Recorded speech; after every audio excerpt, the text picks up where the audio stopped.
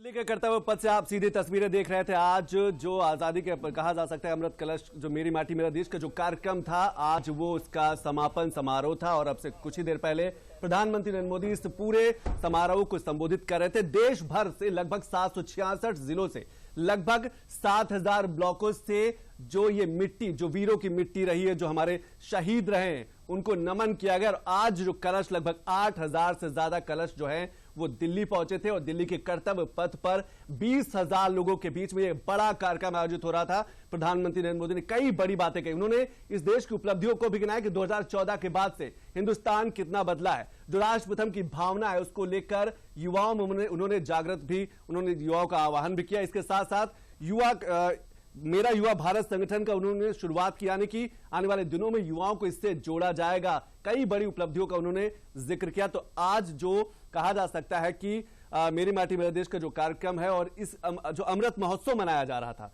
अमृत महोत्सव के तहत देश भर में जितने भी कार्यक्रम मनाए जा रहे थे, आज उनका समापन समारोह रहा है। और दिल्ली के कर्तव्य पथ से प्रधानमंत्री नरेंद्र मोदी ने युवाओं का आह्वान किया, क्योंकि राष्ट्र प्रथम की जो भावना है वो सबसे बड़ी भावना है। और इसीलिए ये कार्यक्रम की इसकी शुरुआत की गई थी। और देश भर के लगभग 7000 जिलों से लगभग कहा जा सकता है कि 7000 ब्लॉकों से मिट्टी मंगाई गई थी उन वीरों की, उन शहीदों की, जिन्होंने इस देश को सुरक्षित रखने में अपनी जान की बाजी लगाई थी।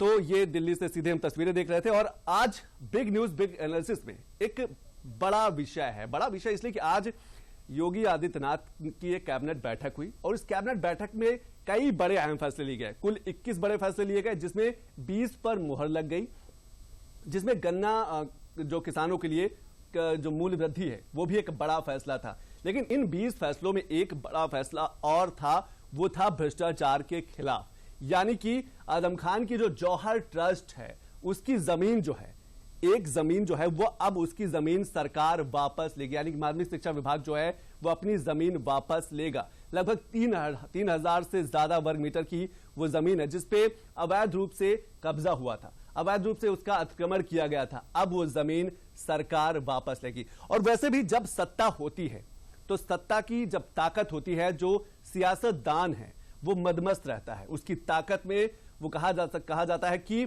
सबसे पहले जो गरीब लोग होते हैं, जो आर्थिक रूप से कमजोर लोग होते हैं, उनका शोषण करता है। और यही जो देखने को मिला कि 2017 के बाद से ऐसी बड़ी तस्वीरें सामने आई हैं, ऐसे बड़े भ्रष्टाचार के खुलासे हुए जो समाजवादी पार्टी के सरकार के समय में हुए थे। मुख्यमंत्री योगी आदित्यनाथ के एक बयान याद आ रहा है। उन्होंने कहा था कि पिछली सरकारों में लगभग 97,000 करोड़ से ज्यादा घोटाले हुए हों, चाहे वो रिवर फ्रंट का घोटाला हो, चाहे वो खाद्यान्न घोटाला हो, चाहे लैपटॉप घोटाला हो, चाहे भर्ती घोटाला हो। ऐसे कई घोटालों की बड़ी फहरिस्त है। और आज वैसे भी ये पूरा सप्ताह सतर्कता अभियान भी मनाया जा रहा है। यानी कि भ्रष्टाचार के खिलाफ आवाज उठाने की मुहिम लगातार ये सप्ताह हर जगह कार्यक्रम भी किए जा रहे हैं। तो ऐसे में ये एक बड़ी खबर बन जाती है कि जो जौहर ट्रस्ट है उसकी एक बड़ी जमीन अब वापस लेगी सरकार। और यह फैसला योगी आदित्यनाथ के कैबिनेट में लिया गया है। लेकिन सबसे पहले एक रिपोर्ट देख लेते हैं और उसके बाद हम आपको समझाने की कोशिश करते हैं कि आखिर जौहर यूनिवर्सिटी क्या थी और कितनी ज्यादा जमीन इसमें शामिल थी। तो सबसे पहले एक रिपोर्ट पर हम नजर डाल लेते हैं। एक रिपोर्ट देखते हैं।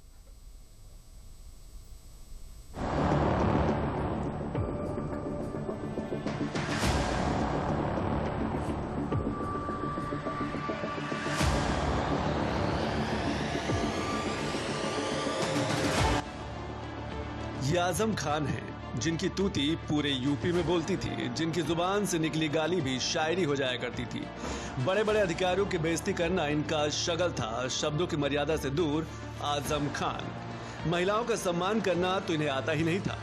मुकदमों की तो माने इन्होंने झड़ी लगा ली हो। 100 मुकदमों से सिर्फ 9 कदम दूर, यानी कि 91 मुकदमों के साथ आजम खान सबसे टॉप पर है। जबरन जमीन कब्जा के 30 मामलों में मुकदमा चल रहा है। घोसियान प्रकरण में 12, आपत्तिजनक भाषण को लेकर 20 मुकदमे दर्ज हैं। मारपीट, धमकी देना, डराना, धमकाना, इसको लेकर 29 से ज्यादा मुकदमे दर्ज हैं। आजम खान पर कुल लगभग 91 मुकदमे दर्ज हैं। उत्तर प्रदेश में योगी सरकार आते ही चांद और सितारों पर भरोसा करने वाले आजम खान के सितारे गर्दिश में आने लगे। समाजवादी पार्टी में मनमानी और कारगुजारियों की फहरिस्त फाइलों से बाहर आने लगी। गरीब मजलूमों की जमीन पर हुए अवैध कब्जों की कारस्तानी की कहानी लोगों को पता लगने लगी और इस कड़ी में नाम जुड़ता है मोहम्मद अली जौहर यूनिवर्सिटी का, जिसके संस्थापक आजम खान, पंजीकरण वर्ष 1995, ट्रस्ट 2005 में रामपुर जिले में मोहम्मद अली जौहर यूनिवर्सिटी की नींव रखी गई और उस समय सरकार थी समाजवादी पार्टी की, जिसके मुखिया थे मुलायम सिंह यादव, यानी कि सूबे में मुलायम सिंह यादव मुख्यमंत्री थे। लगभग ये पूरी यूनिवर्सिटी 150 बीघे में थी। जांच जब बैठी, यानी कि 2017 में उत्तर प्रदेश में जब योगी सरकार आई और जांच की गई तो पता चला कि केवल 12.5 एकड़ जमीन की अनुमति मिली है, जबकि पूरी जौहर यूनिवर्सिटी 150 बीघे में फैली हुई थी। और इतना ही नहीं, ट्रस्ट ने लगभग 173 एकड़ जमीन हथिया ली थी, यानी कि अधिग्रहण किया था, यानी कि कब्जा कर रखा था। और इसीलिए जांच के बाद आज एक बड़ा फैसला किया गया और वो अधिग्रहण की हुई जमीन यानी उसको अवैध माना गया। अब सरकार ने आज ही कैबिनेट के फैसले में साफ कह दिया है कि अवैध और अतिक्रमण को ही जमीन सरकार वापस लेगी। फिलहाल आजम खान फर्जी जन्म प्रमाण पत्र मामले में 7 साल की सजा के साथ जेल में है। पर सपा सरकार में जिस तरह आजम का कुनबा करोड़ों अरबों का कुनबा बन गया, उसका हिसाब धीरे धीरे जारी है।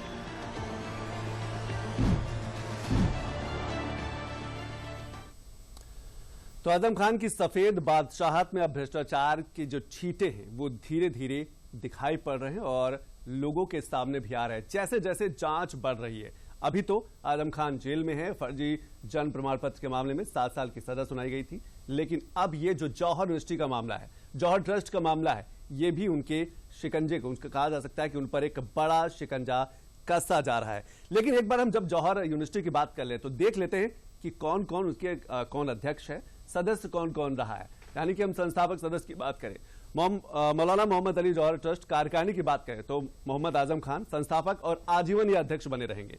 मुश्ताक अहमद सिद्दीकी, उनको उपाध्यक्ष बनाया गया। इसके साथ साथ अब इनका पूरा कुनबा जो है इसी का सदस्य और सचिव है।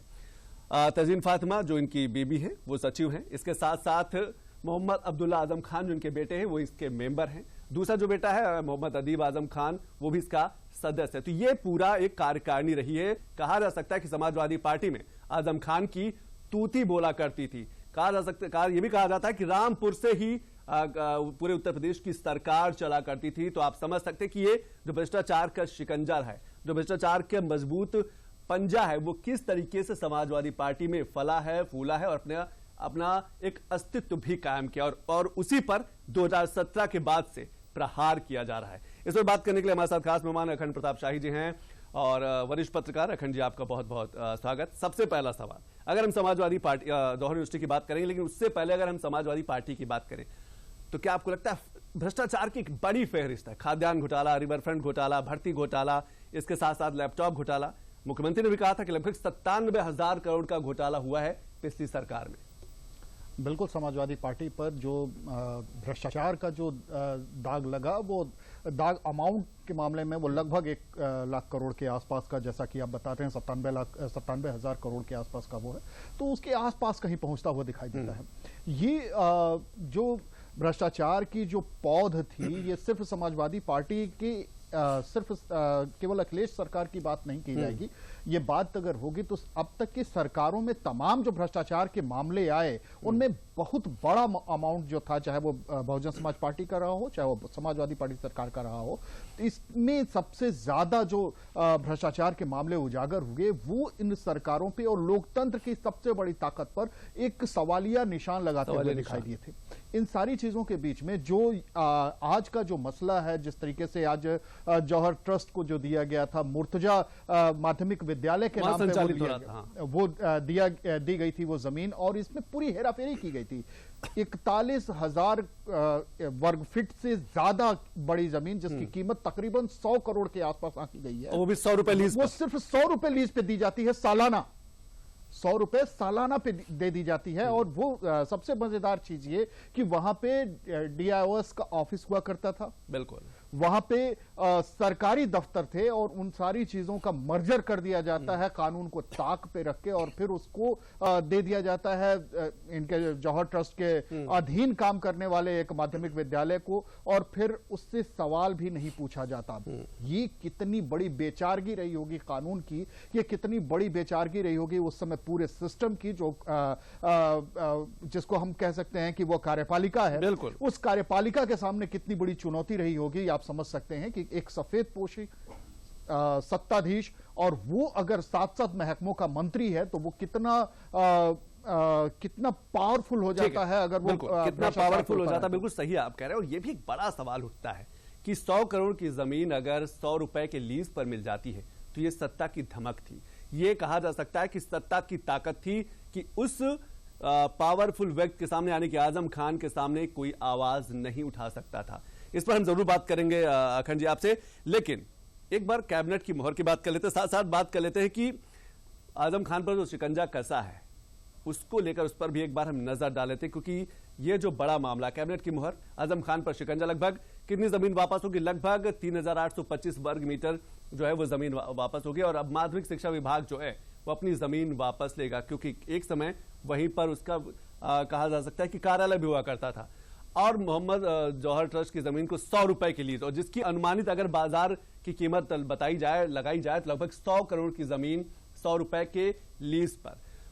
शर्तों का पालन नहीं किया गया, नियम कानून की अनदेखी की गई, और इसीलिए आज योगी कैबिनेट ने अपने 21 बड़े फैसलों में से जिसमें 20 पर मोहर लगी, उसमें यह सबसे बड़ा फैसला था जो भ्रष्टाचार के खिलाफ एक करारा प्रहार था कि जो अवैध जमीन है, जिस पर अतिक्रमण किया गया है, जिस पर नियम कानून का पालन नहीं किया गया, शर्तों की अनदेखी की गई है, वो जमीन अब सरकार वापस लेगी। 2012 में सपा ने 30 साल के लिए लीज पर दी थी, जिसकी कीमत लगभग 100 करोड़ रुपए है। तो ये भ्रष्टाचार का जो एक कहा जा सकता है कि जो भ्रष्टाचार पर करारा शिकंजा कसा गया। और उस समय आजम खान का आप समझ सकते हैं कि कितने पावरफुल रहे होंगे। 7 बड़े विभाग उनके पास थे। रामपुर से उत्तर प्रदेश की सरकार चलती थी। प्राइवेट जो चार्टर्ड प्लेन है वो उनको रामपुर ड्रॉप करने जाया करता था। ये सत्ता की धमक, सत्ता की चमक थी जो, और उसी के लिए लगातार उस पर भ्रष्टाचार पर अब प्रहार किया गया। अखंड जी, क्या आपको लगता है कि आजम खान के खिलाफ उस समय आवाज उठाना शायद सूबे में किसी की बस की बात नहीं थी? बिल्कुल, इससे स्वीकार करने में कोई गुरेज नहीं है संतोष जी। उस समय आजम खान कहीं ना कहीं अपने आप को मुख्यमंत्री से कमतर नहीं मानते थे। और उनके जो उनके जो तमाम उनके मातहत काम करने वाले अधिकारी रहे हों या उनके कर्मचारी रहे हों, वो किस तरीके से उनसे दूर भागना चाहते थे, उनसे पीछा छुड़ाना चाहते थे, इसकी 1000 शिकायतें लगातार लोगों के बीच में आती रहती थी। चूंकि तमाम जो शिकायतें हैं वो लिखित रूप में भी आई, वर्बली भी आई, और वो जो कहते हैं कि ना अपने अधिकारियों को, अपने सीनियर जो जिम्मेदार अफसर हैं उनको लिख के भेजते थे लोग कि हमें कृपया यहां से हटा लिया जाए, हमें कहीं पनिशमेंट पोस्टिंग दे दी जाए, ये तक लिखा गया। ये जो आजम खान का जो कद था वो आजम खान के गुरूर में तब्दील हो गया। आजम खान 7 महकमों के सिर्फ मंत्री नहीं थे, वो समाजवादी पार्टी के सामने अपने आप को समाजवादी पार्टी की मजबूरी साबित करने में सफल हो गए। और जिस तरीके से उन्होंने पहले वो एक जमाना था जब वो मुलायम सिंह यादव को छोड़ के वो अलग हो गए थे और बहुत दिनों तक शून्य में थे, उनको कोई पूछ नहीं रहा था। उसके बाद जब दोबारा वो सत्ता में आए, जब समाजवादी पार्टी सत्ता में आई, तो उन्हें उनका कद दोबारा बढ़ा दिया गया। और ये कद बढ़ना ये बताता था कि समाजवादी पार्टी के लिए कितनी बड़ी चीज होते हैं आजम खान। वो अकलियत की बात करते थे, वो एक मजलूमों की बात करते थे, लेकिन खुद जब वो सत्ता एक मंत्री के तौर पे जो अपना रवैया अपनाते थे, वो कहीं भी उनको एक सही साबित करने के लिए काफी नहीं था। वो जो कुछ भी जिस तरीके से जो उनका बर्ताव था, जिस तरीके से वो भ्रष्टाचार में लिप्त हुए, जौहर यूनिवर्सिटी को लेकर तमाम जमीनें जो उन्होंने कब्जाई, वो तमाम उन लोगों की ही जमीनें थी जो वो आसपास के मजलूम लोग थे या कम हैसियत वाले लोग थे, उन्हें जबरन उनसे जमीनें लिखवाई गई और उनको फर्जी मुकदमों में उन्हें फंसाया गया। बिल्कुल, सियासत का सफर एक बार देख लेते हैं, क्योंकि यह बेहद जरूरी है कि आजम खान की जब बात करते हैं, बड़े कद्दावर नेता समाजवादी पार्टी के माने जाते रहे हैं, 7 बड़े विभागों के मंत्री हैं, सियासत का सफर जो रहा है, और आज उनका पूरा कुनबा, कहा जा सकता है कि आजम खान का जो पूरा कुनबा है वो भ्रष्टाचार के गिरफ्त में है। 7 साल की जेल में है फर्जी जन्म प्रमाण पत्र को लेकर, और 100 से ज्यादा बड़े मुकदमे आजम खान के ऊपर दर्ज है। 7 साल की सजा फर्जी प्रमाण पत्र केस में इस समय आजम खान, उनके बेटे और उनकी पत्नी 7 साल की सजा को लेकर जेल में है। इस समय लगभग 100 से अधिक मुकदमे जो हैं वो आजम खान के ऊपर हैं। वो जमीन पर अवैध अतिक्रमण को लेकर, अवैध कब्जे को लेकर, किसी को डराने धमकाने को लेकर, इसके साथ साथ अपशब्द को लेकर 22 से ज्यादा मुकदमे। तो आप समझ सकते हैं कि इनकी जो जुबान रही है, इनकी जो भाषा रही है, उस भाषा पर ही, उस जुबान पर ही, उससे निकले हुए शब्दों पर ही 22 से ज्यादा मुकदमे हैं। और कई महिलाओं को लेकर भी, महिलाओं के कहा जा सकता है कि अस्मिता को लेकर, उनके सम्मान को लेकर भी जो इन्होंने बयानबाजी गलत तरीके से की है, उस पर भी मुकदमे। 1977 से एक इनका सियासी सफर शुरू हुआ। लगभग 10 बार ये विधायक रहे रामपुर से, 1 बार लोकसभा के सांसद भी रहे। तो ये जो सियासी सफर है, पत्नी तंजीम फातिमा भी 1 बार विधायक रही हैं। इनका जो बेटा है अब्दुल्ला आजम खान, वो 2 बार विधायक रहा है, और दोनों बार वो विधायकी जो है वो निरस्त हुई। 2 बार विधायक बना और 2 बार जो वो दोनों बार भी विधायकी जो है रद्द हुई है। तो ये एक बड़ा सियासी सफर रहा है, लेकिन जो कहा जा सकता है कि अहम रही है, जो शब्द रहे हैं, जो बोलने का तरीका रहा, जो जुबान रहा है, आज इसीलिए आजम खान की स्थिति जो है वो धीरे धीरे, सियासत राजनीति की भी बात करें या फिर हम सामाजिक रूप से भी बात करें, वो सबके सामने। अखंड जी, क्या आपको लगता है कि अब आजम खान का सियासी दौर जो है वो आजम खान जो रामपुर से पूरे उत्तर प्रदेश का शासन प्रशासन चलाते थे, बड़े बड़े अधिकारी इनसे बात करने के लिए कांपते थे, इनके सामने नहीं जाना चाहते थे, अब उनके सियासत का ये आखिरी दौर चल रहा है? कहा जा सकता है संतोष जी, और बिल्कुल मैं आपकी बात से इत्तेफाक रखता हूं कि जिस तरीके का अब जो दौर चल रहा है, चाहे 2014 के बाद से राजनीतिक परिवर्तन देखने को मिला है उत्तर प्रदेश में, खासतौर पे अगर देखा जाए 2017 का चुनाव, जब समाजवादी पार्टी बिल्कुल सत्ता से एकदम सिफर जमीन पे आ गई, और उसके बाद 2022 का चुनाव, ये दोनों ही चुनावों ने यह साबित कर दिया कि अब धर्म के नाम पे राजनीति, जाति के नाम पे राजनीति या कुछ प्रलोभनों की राजनीति, ये जनता अब जागरूक हुई है और इन सारी चीजों को अब नकारने लगी है। तो ये एक तो दौर वो, दूसरा जो सबसे बड़ी अहमियत जो आजम खान की जो बनती थी कि वो एक बड़े वर्ग को लेके वो चलते हैं, एक पूरे एक समुदाय की लीडरशिप उनके हाथों में है। तो अब उन्हीं के समुदाय से निकले हुई जो उनके मुखालिफत में जो आवाजें हैं, वो ये बताती हैं कि वो अब हाशिए पे जा चुके हैं। उनके लिए अब सिर्फ समाजवादी पार्टी में बने रहना ही उनकी बहुत बड़ी उपलब्धि हो जाएगी। लेकिन तीसरी जो सबसे बड़ी वजह बन गई, 7 साल की सजा कम नहीं होती है जब आप सत्ता से पूरी तरीके से बाहर कर दिए जाएंगे, आप उस पूरे राजनीतिक प्रक्रिया से आपको बाहर कर दिया जाए और एक बार आपको सजा हो जाती है तो आजीवन आप चुनाव नहीं लड़ सकते। तो अब उनको यह माना जा सकता है कि उनकी जो ये 2 साल की सजा से ज्यादा अब 7 साल की सजा जो उनको सुना दी गई है, और अगर अपर कोर्ट से अगर उन्हें किसी तरीके की कोई राहत नहीं मिलती है, जो मिलने की गुंजाइश ना के बराबर है, तो अगर ऐसा होता है तो अब यह माना जाना बिल्कुल बेमानी नहीं है कि आजम खान की सियासत का सफर अब यहीं थम गया है। बिल्कुल, आजम खान की सियासत का सफर है वो धीरे धीरे अंत की ओर बढ़ता हुआ नजर आ रहा है, क्योंकि लगातार जो भ्रष्टाचार के मामले हैं, लगातार जो मुकदमों का शतक है, वो अब धीरे धीरे हावी होता जा रहा है। 2017 के बाद से लगातार ऐसे मामले खुलते चले आ रहे हैं जो आजम खान के लिए कहा जा सकता है उनके सियासी सफर के लिए तो कतई अच्छे नहीं। और ये जो नया मामला है, आज जो उत्तर प्रदेश की कैबिनेट एक बड़ा फैसला लिया है कि जौहर यूनिवर्सिटी के जौहर ट्रस्ट का वो जमीन जो उन्होंने अवैध रूप से कब्जा कर रखा था, अतिक्रमण कर रखा था, नियम कानून को ठेंगा दिखाया था, वो अब सरकार वापस लेगी। यानी कहा जा सकता है कि आजम खान की भ्रष्टाचार की जो परत दर परत है, यानी कि वो चादर के धागे अब धीरे धीरे खुलते जा रहे हैं, और वही धागे जो हैं आजम खान का कहा जा सकता है कि शिकंजा उन पर धीरे धीरे कसता जा रहा है।